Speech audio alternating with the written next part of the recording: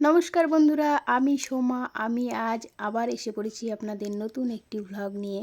আজ শনিবার, আজকে আমাদের নিরামিষের দিন, তাই সকাল সকাল উঠে মুখ ধুয়ে কাজে লেগে পড়লাম।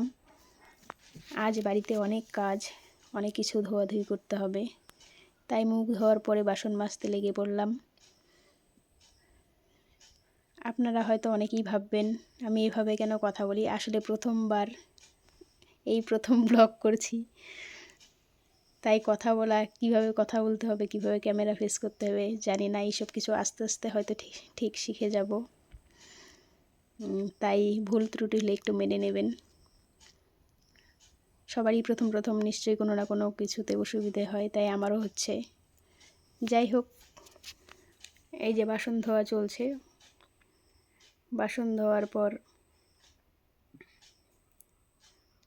একটু বসলাম। বসে সকালবেলা আমার আবার অভ্যেস আর কি, প্রত্যেক দিন খালি পেটে জল খাওয়া। জল খাওয়ার পর এক গ্লাস জল খাই, তারপর আবার ছোলা খাই।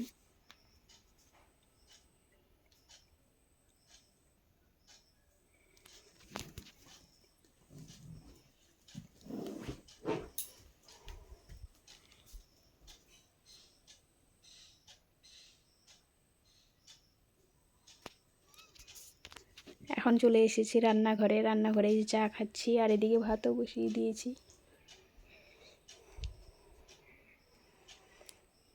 আমি আবার সকালবেলা লাল চা খাই, অনেকেই দুধ চা খায়, আমি আবার দুধ চা খাই না, অ্যাসিড হয়।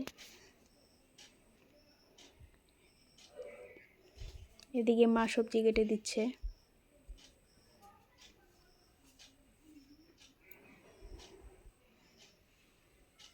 আজকে নিরামিষ, তাই বেশি কিছু করব না। করলা ভাজা, আলু কোয়াশের তরকারি, আর এদিকে সোয়াবিনের তরকারি করব।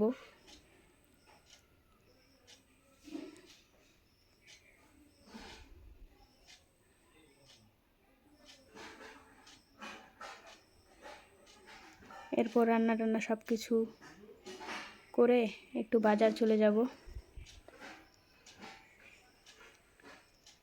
কিছু বাজার আনতে হবে, ঘরে কোনো বাজার নেই, সেজন্য বাজারে যেতে হবে।